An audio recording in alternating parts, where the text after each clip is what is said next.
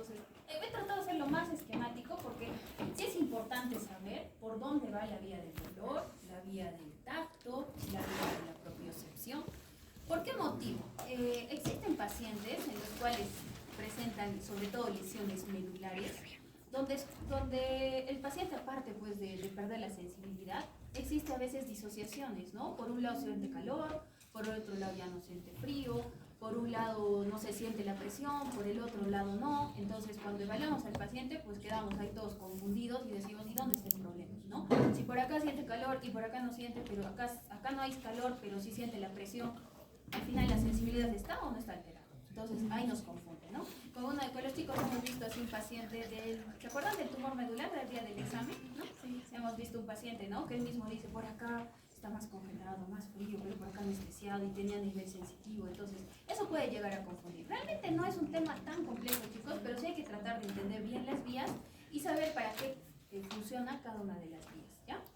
El otro punto es la evaluación de la sensibilidad, ¿no? A veces, por aras a veces del tiempo, no hacemos pues una evaluación muy profunda, ¿no? Pero realmente la sensibilidad es una evaluación que debe ser detallada. Debemos ver calor, frío, debemos ver tacto, presión, debemos de ver nivel sensitivo, ver si hay discriminación de 2 puntos, o sea, es bastante alto y a veces lo único que hacemos es, señor, siente, lo único que a veces hacemos y realmente eso no es tan correcto, ¿ya? Entonces vamos a ver que la sensibilidad debe ser una evaluación más detallada. Ahora, lo que sí podría ser, y es cierto, que muchas veces el examen neurológico está un poco más, digamos, dirigido, ¿no? O sea, ¿qué quiero decir? Si yo, por ejemplo, tengo un paciente que viene con dolores de cabeza, no sé, pues estamos pensando en una hemorragia, como que no nos detenemos mucho en la sensibilidad, ¿no? Esa es la verdad, vemos más otras cosas, conciencias y los meningios, ¿no? Y a veces eso lo pasamos un poco, digamos, superficial. Pero sí vamos a tener pacientes en los cuales, por ejemplo, en lesiones medulares, secciones medulares, donde evaluar sensibilidad es muy importante, ¿ya? Entonces, eso sí queda claro, que hay casos en los cuales vamos a ser más detallosos que otros, pero sí debemos de saber qué estamos evaluando, ¿no es cierto? En tu examen entra eso, ¿no? Ese le da el examen como un paciente medular. Ya bueno, entonces, para empezar, chicos, lo importante es que comprendamos cómo viene la sensibilidad y cómo reconoce esto nuestro cerebro, ¿ya? Hemos visto que existen áreas, ¿no? Según las áreas de Brodmann, áreas motoras, sensitivas, del lenguaje, de la visión y demás. Entonces tenemos las áreas sensitivas, que son dos, las áreas sensitivas primaria y la área sensitiva somatoestésica de asociación. Las áreas primitivas nos permiten reconocer, ¿no? Es la que recibe el estímulo, pero la área somatoestésica de asociación es la que llega a interpretar y te llega a decir qué cosa es, ¿ya? Entonces ambas son importantes. El área sensitiva primaria es la 312, que está por la parte de atrás. ¿Qué es el Rolando es el motor. ¿Esta cuál es? Sí. ¿Y la de arriba? Rolando. Entonces, hacia adelante está Motor. hacia atrás Sensitivo. ¿ya? Entonces, la parte sensitiva está aquí. Área 6 y 4 es motor, atrás sensitivo, ¿no? Entonces, acá vemos la fotito. Tenemos 3, 1, 2, acá tenemos la parte del 1, entonces este es el 3 y por atrás está 2, ¿ya? Entonces, con que recuerden que está detrás de la cisura de Rolando, ¿ya? Y la parte de asociación es 5 y 7, que está un poquito más atrás, ¿ya? Entonces, en general, detrás de la cisura de Rolando están las áreas de sensitivas. Entonces, todos los estímulos, chicos, va a llegar ahí y es el punto donde se va a interpretar y el punto donde se supone debemos diferenciar si hay calor, si hay dolor, si no sé, hay presión, hay vibración, etc., ¿no? Muy bien. Entonces, esta es pues la parte más compleja de la médula espinal, ¿no? La médula espinal, chicos, a pesar de ser una estructura de ¿1 centímetro? Centímetro y medio. Han hecho anatomía, ¿no? Han visto médulas de verdad. ¿O han hecho como? No. De verdad, ¿no? La médula de verdad es chiquita, ¿no? Es centímetro, centímetro y medio, pero realmente una lesión ahí te puede dejar pues con mucha discapacidad, ¿no? Entonces, ¿por qué? Porque las vías motoras y sensitivas ascienden y descienden por esta estructura y es una vía, entre comillas, como si fuera una avenida pues de alto tránsito, ¿no?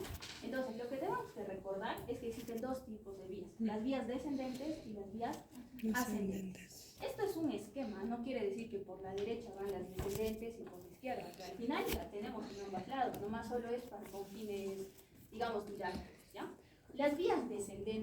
son las vías motoras. O sea, tu cerebro ordena que se mueva tu pie, por lo tanto la información tiene que descender. ¿Ya? Así se acuerda, porque a muchas veces preguntan, ¿vías motoras son ascendentes o descendentes? Ya uno sabe. Entonces, si el cerebro da la orden, mi pierna lo ejecuta, la orden tiene que bajar. Por lo tanto, es una orden, es una vía descendente. ¿Cuál es la vía más importante? La que hemos visto cuando hemos visto síndrome piramidal, que es la vía corticoespinal, ¿no? Lateral, y tenemos una corticoespinal anterior, que es la que no decusa, ¿ya? Esto es lo más importante, también llamado vía piramidal y demás que hemos revisado en la anterior clase. Entonces, la vía corticoespinal, obviamente, como su nombre dice, lateral, está lateral, ¿ya? Y la anterior, que era solo el 10% de las fibras que no cruzan, está anterior, ¿ya?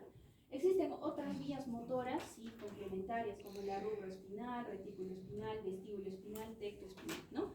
Que tienen relación con la parte motora y muchos de los números, ¿no? Por ejemplo, vestibular y demás, ¿ya? Entonces, ya no vamos a detallar en mucho para que no se confundan, pero con que sepan que las vías motoras descienden y esas son las más importantes. Ahora, las vías sensitivas, ese es el otro problema. Tenemos básicamente tres vías importantes de la sensibilidad. Esta es la parte anterior y esta es la parte posterior. En la parte posterior están los cordones o las vías de Burdach, también llamado cuneiforme, y de Gol y Gracil, ¿ya? Son en la parte posterior, ¿ya? ¿De qué se encargan estas vías? Sobre todo de propiocepción. ¿Ya? Déficit de vitamina B12 da lesión de estas vías, para que se acuerden, ¿no? Sí. ¿Ya? Entonces, esta es la parte posterior, Gol y Burdach, ¿ya? Tenemos otra vía importante que es la espinotalámica lateral, ¿ya? Como su nombre dice, está lateral, o sea, casi cerca a donde estaría la corticoespinal. Recuerden que esto está pues también acá, ¿no? Entonces están casi por acá estas vías, ¿no? Espinotalámica lateral, y tenemos la espinotalámica anterior, ¿ya? Añadido tenemos también la vía espinocerebelosa dorsal y espinocerebelosa ventral, que tiene que ver sensibilidad en relación al cerebro, ¿ya? Pero estas son pues las más importantes, ¿ya? Entonces, para que ustedes vean la distribución, lesionarte, digamos, hacerte una lesión en el cordón posterior, te va a dar mucha lesión propioceptiva. Lesionarte en la parte lateral también es muy severo, porque afectamos sensibilidad termoalgésica y a la vez la vía motora. Y la parte anterior al igual, ¿ya? Entonces, esto es un esquema para que más o menos vean cómo pasan las vías. Y nuevamente les repito, chicos, no quiere decir que a la derecha esté uno y a la otra, es en ambos lados, nomás que lo estamos dividiendo con fines académicos. Muy bien. Entonces, la vía sensitiva, chicos, se divide básicamente en dos vías: las vías exteroceptivas y la vía propioceptiva. La vía exteroceptiva quiere decir que es toda la sensibilidad que nos da la función de recibir estímulos, pero superficiales, ¿ya? Superficiales. Nos dice que captamos estímulos derivados de tejidos derivados del ectodero, ¿ya? Todo lo superficial. Entonces, ¿qué es lo que tenemos en estas vías exteroceptivas? La vía termoalgésica, o también llamado termoneurosa, que es el espinotalámico lateral, o sea, esta de aquí, ¿ya? Termoalgésica. También tenemos la vía de tacto grueso, o protopática, o también se llama depresión, que es la espinotalámica ventral, la que tenemos acá, ¿ya? Entonces, presión, propiocepción, termoalgésica y la parte protopática, presión o tacto grueso, que es la espinotalámica anterior. ¿Qué tienen por tacto grueso y tacto fino?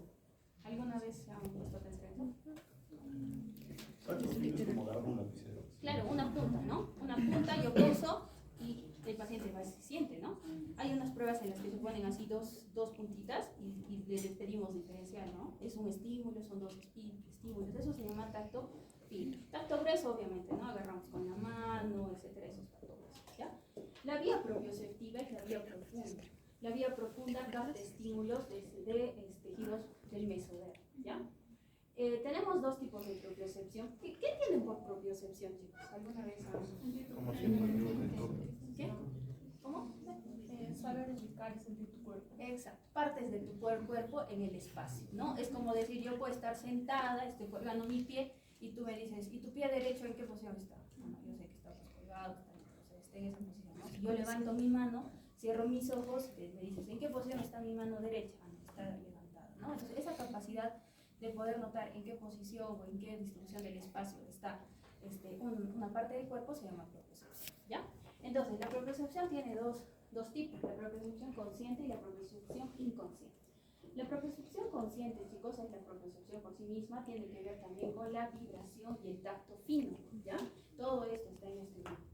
También se llama epicrítico discriminativo, y acá tiene que ver el fascículo de Golgi-Burdach, o sea, los cordones posteriores, y su sinónimo, pues, es gracílico uniforme, ¿no? Entonces, como se dan cuenta, una misma vía a veces no cumple una misma función, tiene varias funciones. Entonces, por ejemplo, Golgi-Burdach tiene que ver con propiocepción, pero también con vibración y tacto fino, ¿ya? La vía inconsciente de la propiocepción está gracias al fascículo espinocerebeloso, ¿ya? ¿Qué es este que aquí están los espinos cerebelosos, tanto el dorsal como ventral, tienen que ver con la propiocepción inconsciente, ¿ya? Muy bien. Entonces, chicos, en resumen, hemos visto, son hartas vías, pero más o menos, para que quede claro, ¿no? La vía espinotalámica lateral, que obviamente está lateral, como dice su nombre, tiene que ver con sensibilidad termoalgésica, o también llamado termodolorosa. La vía espinotalámica anterior, su sinónimo sería ventral, tiene que ver con presión y tacto grueso. La vía posterior, o también llamada vía de Golgi-Burdach o Golgi-cuneiforme, tiene que ver con tacto fino, vibración y propiocepción, ¿ya? Esto, chicos, es bien confuso, ¿no? Pero tienen que aprender, o sea, no hay otra manera, ¿ya? No hay otra manera porque tienen que saber cada vía qué tipo de sensibilidad tiene, ¿ya? Entonces, cuando hemos visto la vía piramidal, básicamente hemos visto que existen dos motoneuronas, ¿no es cierto? La primera y la segunda, ¿no es cierto? Eso ya lo hemos visto clarísimo. En el caso de la sensibilidad, chicos, existen tres neuronas, ¿ya? Primera, segunda y tercera neurona, ¿ya? De la sensibilidad. La primera neurona está en el ganglio raquídeo posterior, ¿no? Entonces, para más o menos entenderlo y que no sea solo memorizar. Si yo me punzo mi dedo, nunca me punzo. Sensibilidad dolorosa, ¿no es cierto? Viene mi receptor, manda por mi nervio periférico, entra y tiene que entrar a la médula espinal, porque así vamos, ¿cierto? Va a la médula espinal y entra por el cordón posterior. ¿Y dónde es la primera neurona? En el ganglio raquídeo posterior, acá. Antes de llegar a la médula existe un ganglio, ¿no es cierto? El ganglio raquídeo posterior. Esa es la primera neurona. La segunda neurona está en el asta posterior de la médula espinal, ¿ya? Y es el punto donde se decusa, donde cruza la neurona hacia el lado contralateral. Recuerden que la vía motora cruzaba arriba, debajo del bulbo. Acá el cruce es en el asta posterior. En el caso de la vía de Golgi-Burdach, la decusación no se da en el asta posterior, sino se da en el núcleo de Golgi-Burdach, ¿ya? Y la tercera neurona está en el núcleo ventral posterolateral del tálamo. Esto nunca se olviden, chicos, ¿ya? Entonces, el tálamo es una estructura anatómica que muchos dicen que es como un peaje, ¿no? Pasan un montón de vías y tiene un montón de funciones, pero una de sus funciones más importantes es esta: núcleo de la sensibilidad. Todas las vías de la sensibilidad llegan al núcleo ventro-posterolateral del tálamo. ¿Alguna vez han escuchado del dolor talámico? ¿Han escuchado alguna vez? Hay pacientes que tienen, pues, la mala suerte de infartarse justo en el tálamo, ¿ya? Entonces les deja un dolor, chicos, increíble. Es un dolor neuropático, pero indescriptible. Y tú ves que la niña chiquita, ¿no? Y eso, ¿por qué le duele? ¿No? ¿Por qué le duele tanto? Porque ahí está. Tercera neurona de todas las vías, ¿ya? Entonces ese dolor es un paciente que tiene un dolor ardor, quemazón, que no calma con nada, ¿no? Entonces es un dolor talámico, típico de los pacientes con infarto, que justo se dan por esa parte, ¿ya? Entonces, y nuevamente, la vía sensitiva tiene tres neuronas: primera, segunda y tercera. La primera está en el ganglio raquídeo posterior. La segunda en el asta posterior, donde decusa, excepto la vía de Golgi-Burdach, que está en su mismo núcleo, ¿ya? Y la tercera neurona de todos concluye al núcleo ventro-posterolateral del tálamo, ¿ya?